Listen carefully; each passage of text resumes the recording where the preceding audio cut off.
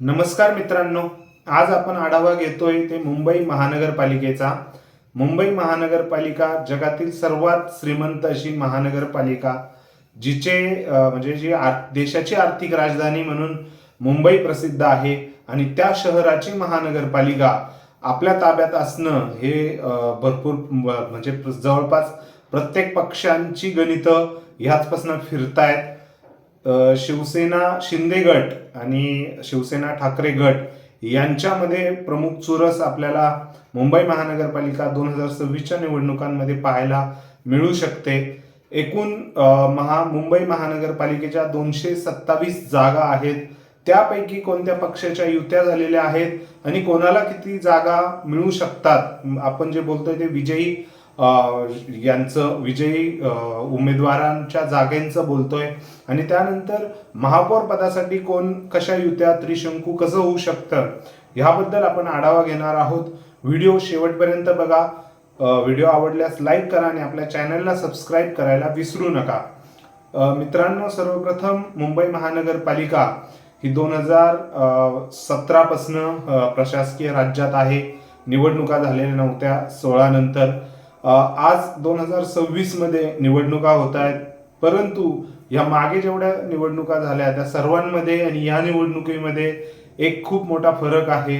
तो म्हणजे शिवसेना हा पक्ष एकत्रित लढत होता, परंतु यावेळेस जसे शिंदे गट बाहेर पडलेला आहे शिवसेना पक्षातनं, तसा 2 गट झालेले आहेत, उबाटा गट आणि शिंदे शिवसेना गट.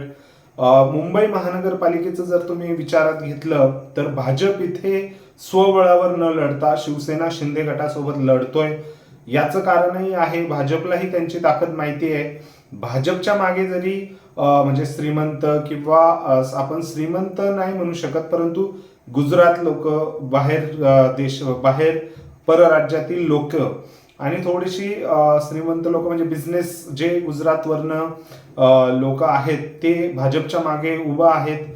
हिंदुत्व किंवा मराठी माणूस या भावनिक आणि थोड्याशा मराठी माणसाला साथ देणाऱ्या विषयांवर शिवसेना सोबत पारंपरिक मतदार आहेत.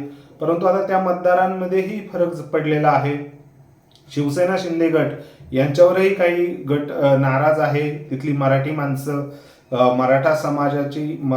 मराठी समाजाची जी काही ताकद आहे ती त्यांच्या विरुद्ध जाऊ शकते. त्यानंतर आपण जर शिवसेना उबाटा गटाचं बघितलं तर पारंपरिक मत आहेत. त्यांचा एक पारंपरिक वर्ग आहे मुंबईमध्ये जो शिवसेना ठाकरे गटाला मानतो. मनसे आणि ठाकरे गट यांची यावेळेस युती झालेली आहे.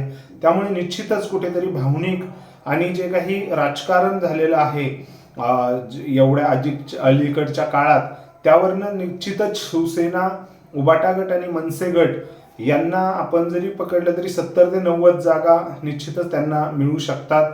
आपण जर बघायला गेलं तर 114 जागा ह्या महापौर बनण्यासाठी लागतात. शिवसेना, मनसे, उबाटा गट यांचं आपण आकलन केलं. त्यानंतर शिवसेना आणि भाजप ह्या दोघांच्याही पक्षांचं आपण वेगवेगळं बघितलं तर 227 जागा जर ह्या दोन्ही पक्षांनी लढवल्या तर निश्चितच भाजप हे 60 ते 70 मध्ये मी भाजपला बघतोय आणि शिवसेना शिंदे गटाला 70 ते 80 मध्ये मी बघतोय. परंतु युती ही शिवसेना आणि भाजपची असल्यामुळे महापौर कदाचित येथे शिवसेनेचा होऊ शकतो, म्हणजे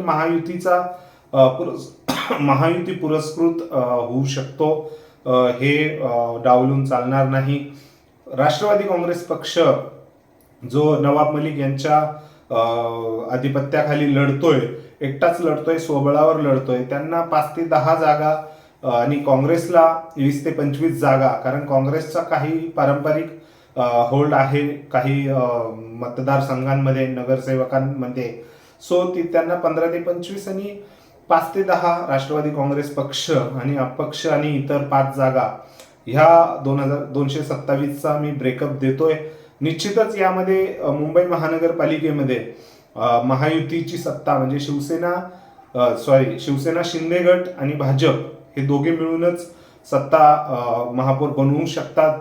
कारण भाजप अकेलाही नाही बनू शकत आणि शिवसेना एकटाही बनू शकणार नाही. बघूया आता यामध्ये अजून प्रचार राहिलेला आहे, काय प्रगती होते आणि काय गोष्टी आपल्याला 16 जानेवारीला कळतात. तुम्हाला काय वाटतंय मुंबई महानगरपालिकेचं चित्र? ते नक्की तुमचं काही विश्लेषण असेल तर ते नक्की कमेंट सेक्शनमध्ये कमेंट करून व्यक्त करा.